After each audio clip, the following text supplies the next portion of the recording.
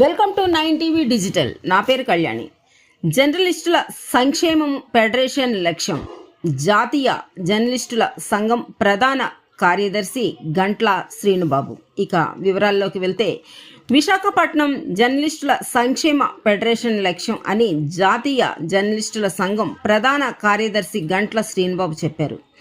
Narsipatnam RDO కార్యాలయం ప్రాంగణంలో ఉన్న సమావేశ మందిరంలో ఆదివారం ఉదయం Andhra Pradesh working journalist federation, AP broadcast జర్నలిస్టుల association, AP BJA Narsipatnam press club సర్వసభ్య సమావేశం జరిగింది. ఈ సమావేశానికి ముఖ్య అతిథిగా హాజరైన శ్రీనుబాబు మాట్లాడుతూ, రాష్ట్రంలో ప్రభుత్వ గుర్తింపు పొందిన సంఘాలు ఫెడరేషన్, బ్రాండ్ కాస్ట్ అని చెప్పారు. జర్నలిస్టుల సమస్యల పరిష్కారంలో రాజీ లేని పోరాటం చేస్తామని స్పష్టం చేశారు. అర్హులైన ప్రతి ఒక్కరికి అగ్రిడేషన్ ఇళ్ల స్థలాలు పొందే విధంగా కృషి చేస్తామన్నారు. ఐక్యత, సమిష్టి కృషితోనే సమస్యల పరిష్కారం సాధ్యమని అన్నారు.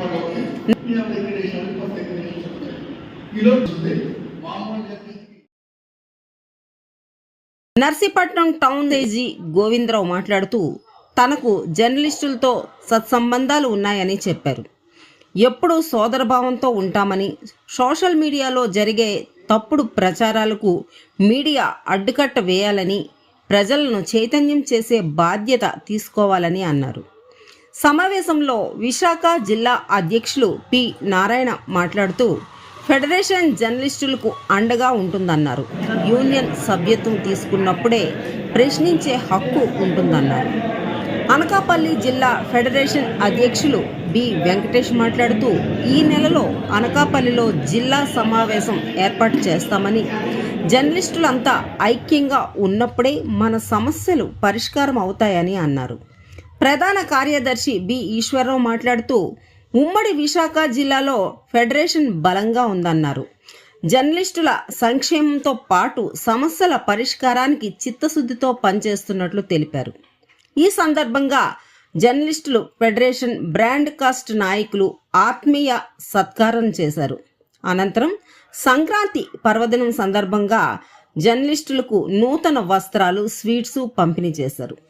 సమావేశంలో విశాఖ జిల్లా ప్రధాన కార్యదర్శి G Srinivas, AP BJA Visakha జిల్లా అధ్యక్షులు ఇరోతి ఈశ్వరరావు, కార్యదర్శి Kintada Madan, national councillor member SV Prasad, Narsipatnam press club అధ్యక్షులు బి ప్రసాద్, కార్యదర్శి M Raju, Narsipatnam press club పరిధిలోని ప్రింట్, ఎలక్ట్రానిక్ మీడియా జర్నలిస్టులు పాల్గొన్నారు.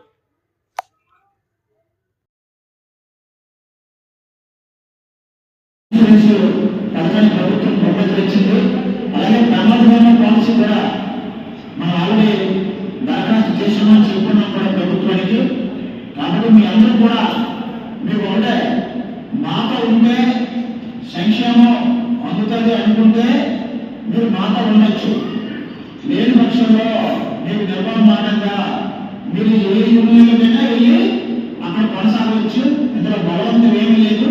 మనకి యూనియన్ అనేవి సంఖ్యాపరంగా మనకు బాగా హక్కులు లేదు. కేవలం మనకి సభ్యుల సంక్షేమం మాత్రమే ముఖ్యం. మరి యశ్వరావు గారు, వెంకటేష్ గారు చేసినట్టు అందరికీ తెలియదు, ఎవరు కూడా గతంలో చేసి ఉండలేదు. నేను సమావేశంగా మీకు చెప్తున్నానంటే, ఎన్ని మనం గ్రామీణ ప్రాంతాల్లో ఎన్ని కష్టపడి బలోపేతం చేశారంటే, అటు అదుపు నుంచి గురువుల వరకు కూడా మనం అనేక ప్రాంతాల్లో ఈ ప్రస్తుతం ఏర్పాటు చేసుకుని సభ్యుల సంక్షేమం కోసం కృషి చేస్తున్నాం. భవిష్యత్తులో కూడా మీకు కష్టం అంటే పైకేది ఒక ఫెడరేషన్ మాత్రమే. లేకపోతే ఇంతకాలం నుంచి మేము అందరం కూడా ఎవరు కూడా మేము కూడా ఈ యూనియన్లో ఉన్నాం. ఎక్కడుంటే స్వేచ్ఛ కానీ, ఎక్కడుంటే స్వాతంత్రం కానీ, కష్టమంటే పలికే మనుషులు కానీ మీకు వేరే యూనియన్లో ఉండరు. మీకు ఆ విషయం కూడా తెలుసు.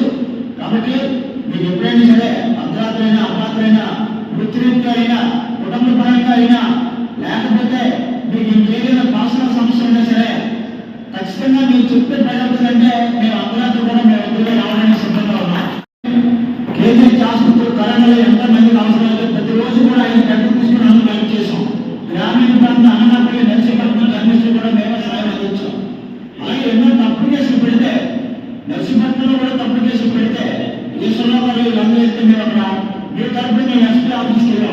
అప్పుడు ఉమ్మడి విశాఖలోనే. ఇప్పుడు జిల్లాలు విడిపోయాయి కాబట్టి ఆ ప్రాబ్లం లేదు. మనం కలిసి ఉంటేనే ఏదైనా సాధించగలం. విడిపోయి గోతులు తవ్వుకుంటే ఒకరి మీద ఒకరు తప్పు చేసిన తప్ప ఏమీ మిగలవు. మన పక్కన బాగుపడితేనే మనకు సంతోషం. 60 రూపాయలు ఉంటేనే మనకి ఇస్తాడు. వాడు అడుక్కుంటే మనకేంటో మనకు అప్పు అడుగుతాడు. కాబట్టి అది గుర్తించుకొని ప్రతి ఒక్కరూ కూడా అందరూ కలిసి ఉండండి. భేదాభిప్రాయాలు ఉండొచ్చు, అభిప్రాయ భేదాలు ఉండొచ్చు, కానీ ఈ తగులు కొట్లాటలకు కూడా దారిపోకూడదు. మనందరం కూడా మన ఫ్యామిలీ అంతే. అలా కాబట్టి 800 మంది మాతో ఎంత కాలం పెట్టి ఉన్నారు. మొన్న మధ్య మేము పిక్నిక్ చేసాం. 600 మంది జర్నలిస్టులు వచ్చారు. శివాజీ పార్క్ లో పిక్నిక్ ఏర్పాటు చేసాం.